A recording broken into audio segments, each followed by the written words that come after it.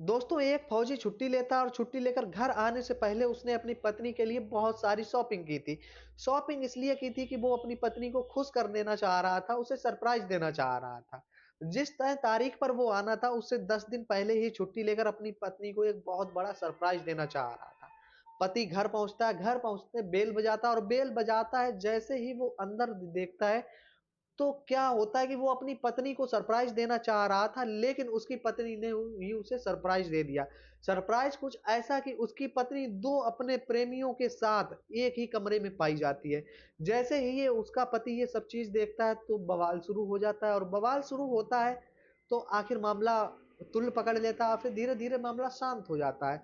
अब मामला शांत हुए करीब 10 दिन हुए थे, लेकिन अभी तक किसी का कत्ल नहीं हुआ था। 20 नवंबर को एक रात्रि में एक कत्ल हो जाता है और वो भी कत्ल होता है उसी फौजी का और कत्ल करवा देती है उसकी पत्नी, जिसका नाम होता है सुखविंदर सिंह कौर।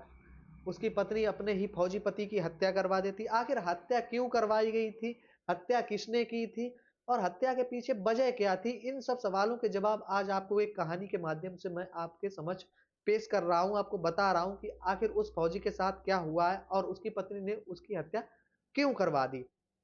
नमस्कार दोस्तों, मैं पुष्पेंद्र सिंह कुशवाहा, आप देख रहे हैं ट्रू स्टोरी ज्ञान। दरअसल आज की जो सच्ची घटना है, ये घटना है पंजाब का एक जिला लगता है अमृतसर। अमृतसर में 20 नवंबर 2024 को सुखविंदर कौर नाम की एक महिला घर से तेज गति से बाहर की तरफ भागती है और रोना पीटना शुरू कर देती है। पूरा मोहल्ला इकट्ठा हो जाता है, उससे पूछती है कि आखिर मेरे पति उठ क्यों नहीं रहे। वो पति को बार बार उठाने की कोशिश कर रही थी, उन्हें झकझोर रही थी कि उठो उठो, लेकिन वो नहीं उठ रहा था। मोहल्ले वाले जैसे ही जाते हैं तो उसको देखते हैं, उसके पति को देखते हैं तो क्या देखते हैं कि उसके सीने पर चाकुओं से वार थे, उसका गला दबाया हुआ था और काफी ज्यादा ब्लड बह चुका था।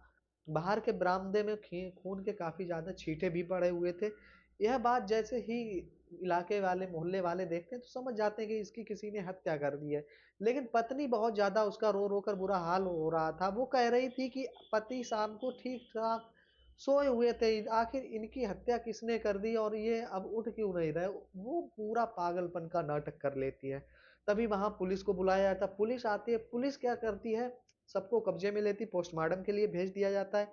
अब 19 और 20 नवंबर का सीसीटीवी फुटेज निकालने की कोशिश करती है। जब सीसीटीवी फुटेज निकाला जाता है 19 और 20 नवंबर का, तो उनको एक सीसीटीवी फुटेज में एक वीडियो मिल जाता है कि दो व्यक्ति सुखविंदर सिंह के घर में एंट्री कर रहे हैं। जो सुखदेव सिंह जिसका कत्ल हुआ था उसके घर में एंट्री कर रहे हैं, बिना गेट खटखटाए वो चुपचाप से अंदर घुस जाते हैं। मुंह बांधे हुए थे, मुंह ढका हुआ था कपड़े से, और करीब 30 से 40 मिनट बाद वो बाहर आ जाते हैं और बाहर आने के बाद गेट भी बंद हो जाता है।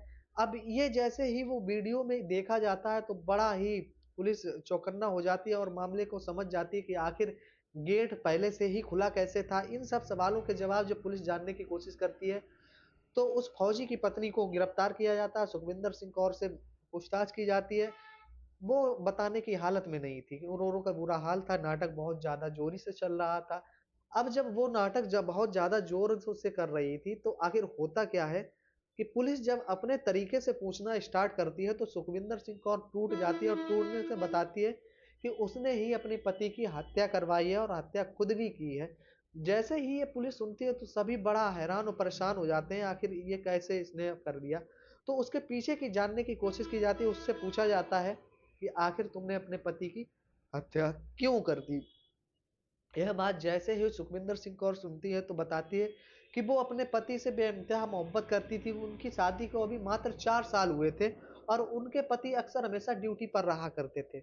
मेरे पास पैसा तो बहुत था, लेकिन मुझे जिस्मानी संबंध बनाना था, मुझे अचरम सुख प्राप्त करना था और मेरी शारीरिक जरूरतें पूरी नहीं हो पा रही थी क्योंकि मेरे पति हमेशा ड्यूटी पर रहा करते थे। मैं इनको घर पर बुलाती थी लेकिन ये ड्यूटी की वजह से आ नहीं पाते थे। यह बात जैसे ही पुलिस सुनती है तो थोड़ा-सा शर्मसार होती है, और क्योंकि फौजी है भैया, वो सेना में हमारी रक्षा के लिए लगा हुआ है, उसको छुट्टी आखिर कैसे मिल सकती है, जो फिक्स है तभी आ पाएगा। और तभी आता भी था, आखिर 4 साल शादी के बीत चुके थे। इसी तरह से मामला चल रहा था और फिर वो बताती है कि वो अक्सर मोहल्ले में एक कुछ ही दूरी पर एक कुलविंदर नाम का व्यक्ति रहा करता था, उससे मुलाकात हो जाती है। मुलाकात इंस्टाग्राम पर होती है और वो उसे अक्सर आते-जाते देखा करता था। उसको ये चीज़ पता थी कि मैं घर में अकेले रहती हूँ और घर में मेरे अलावा कोई नहीं रहा करता था। मेरा घर भी अलग बना हुआ था, मेरे ससुराल वाले मेरे से अलग रहा करते थे। जब कुलविंदर से उसकी मुलाकात होती है, इंस्टाग्राम पर मुलाकात होती है, कुलविंदर से उसकी दोस्ती हो जाती है और कुलविंदर उसकी ज़रूरतों को पूरा करने लगा था। जब कोई घर पर नहीं होता था और जब भी उसका मन होता था, तो वो अक्सर कुलविंदर को बुला लेती थी। अब कुलविंदर उसके साथ संबंध बनाता था, संबंध बनाकर उसको सुख प्राप्त करवाता था।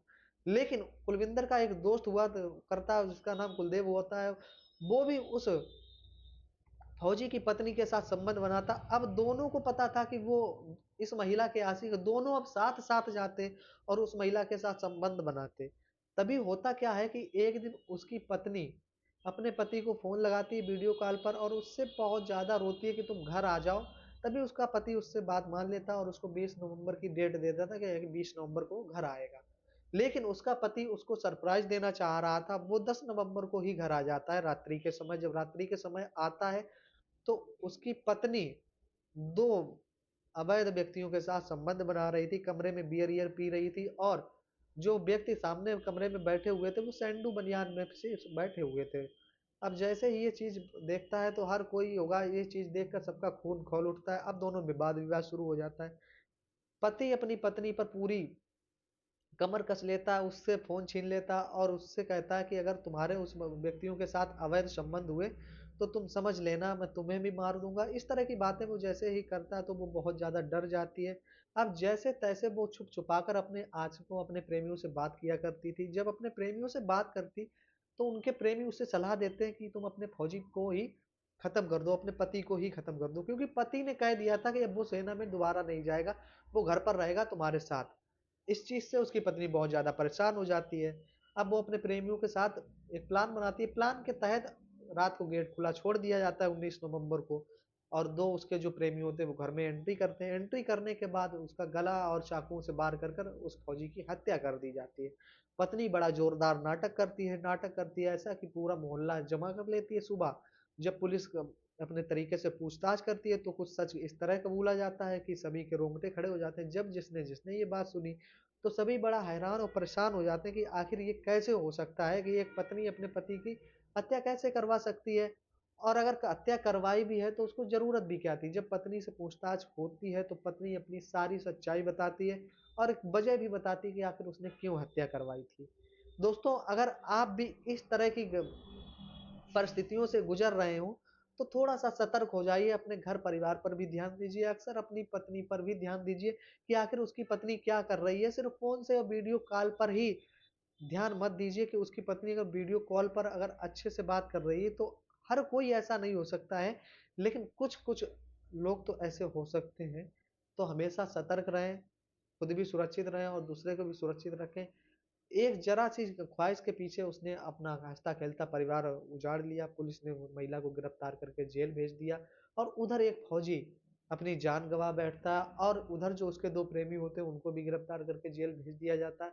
अब करीब 4 परिवार पूरे बर्बाद हो जाते हैं, सिर्फ़ किस लिए? सिर्फ़ अवैध संबंध के लिए और प्रेम प्रसंग में पड़कर।